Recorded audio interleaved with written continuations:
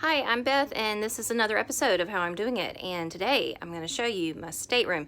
This is the Royal Caribbean Freedom of the Seas, room 6219. I'm sharing this with my daughter, and the beds are currently put together because they came that way, but I'm going to ask the stateroom steward to separate them. That is a thing. If you want them separated or put together, your steward can do that for you very easily. Let me show you real quick, though, what we have got. So as you come in, you'll see the bed put together like this. You can see that they are separate, so I'll have the stateroom attendant separate those and put the tables in the middle so we can each have our own space. There is a nice little couch, and I'm not sure, I think this may be a pull-out couch, but we don't have a third person here. And then a light art. There is a section where you can pull curtains if someone wants to watch TV and someone else wants to sleep. There's little night lights at the bottom of these lamps. Let me show you. So when you walk up to them, right here is a little lamp. So you have a little reading light or something. And then there's another switch over here for the upper lamp, which is pretty handy. Phone for calling for room service or room to room. More art. And then we have a little, let's see, little desk area, dressing table area.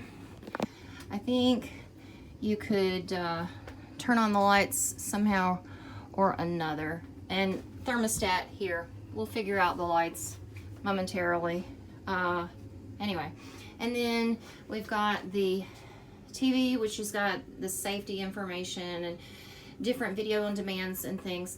And then under here is minibar, and then a bunch of drawers, chair, trash can. Under here is a little pull out with some things, more drawers. There's a closet here, coat hangers, safe, shelves, and life jackets. And then, of course, the back of the door.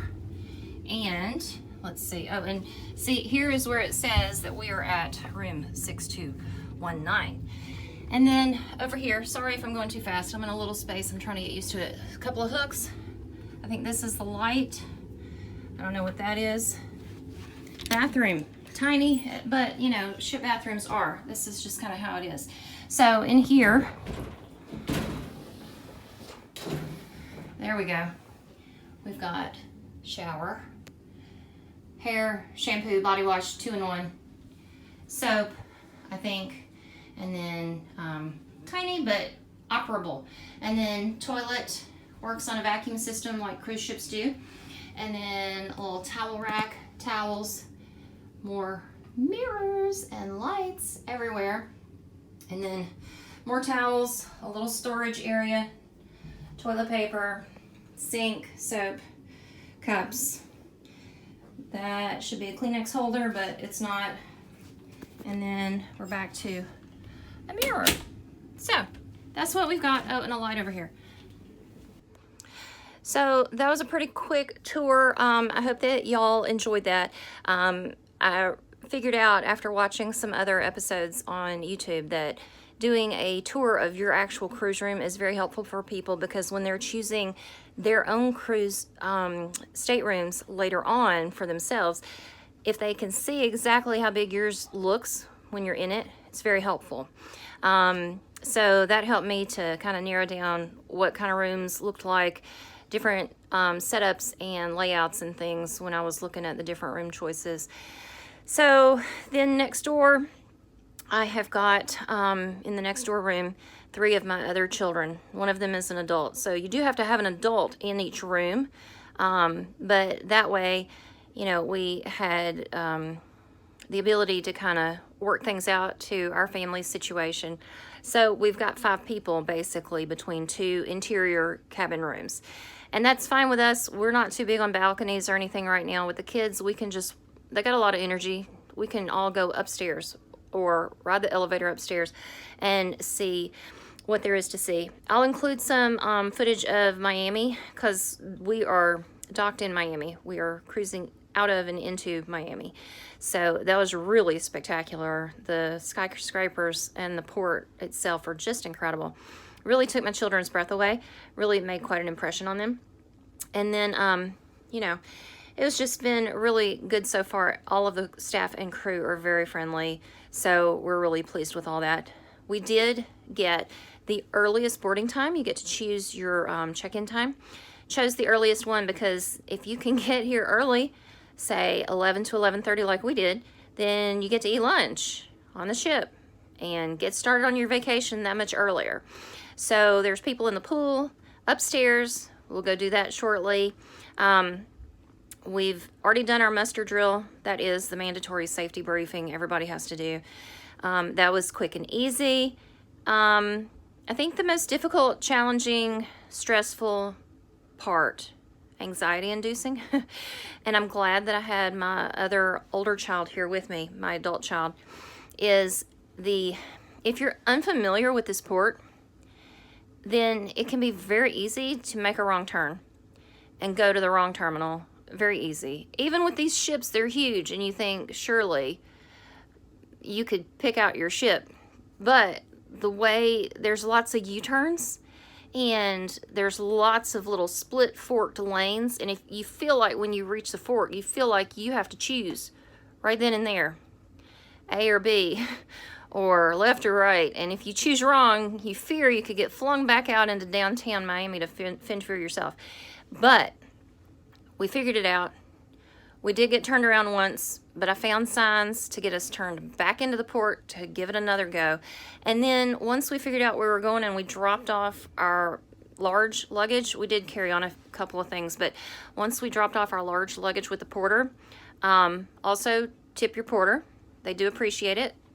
So when you drop off your baggage for check-in, I asked him, I said, where do we go now? Where do we park? Where am I going? Because honestly, for me, it wasn't laid out to where I could understand it easily. I like to think of myself as a reasonably intelligent person who can follow signs. I've been in and out of the largest airports in the world, but this seaport, it really was confusing me. Part of it is because there's some construction going on, but also the signage just was not what I was expecting. And so anyway, we did get straightened out. The porter told me where to go, where to park, and from there it was easy. So there you go. Until next time. Current view from Royal Caribbean, Freedom of the Seas, Windjammer Cafe in Miami. Okay, P.S. Hindsight's 2020.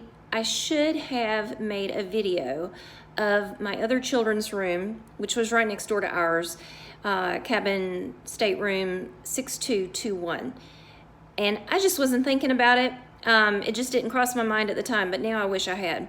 So if you're curious, it looked exactly like our room in 6219, with the difference that there was a Pullman bed that came out of the ceiling. It literally folded out of the ceiling to make a third bed for the third person in that room. Also, after I videoed those previous segments, I did find out that the couches are just couches. There are no pullouts in those particular rooms. There may be pullout couches in other staterooms, but for 6219 and 6221, no pullout couch. But that is how we managed to fit 3 people in the next room.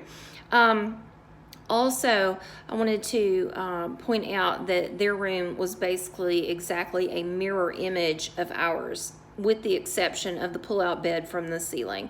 So anyway, next time, I'll try to remember the next time we go on a cruise to get a more full picture of all of our accommodations and not just the place that I myself am staying in. So cheers. Anyway, there you go. Thank you for watching. I'm Beth, and that's how I'm doing it.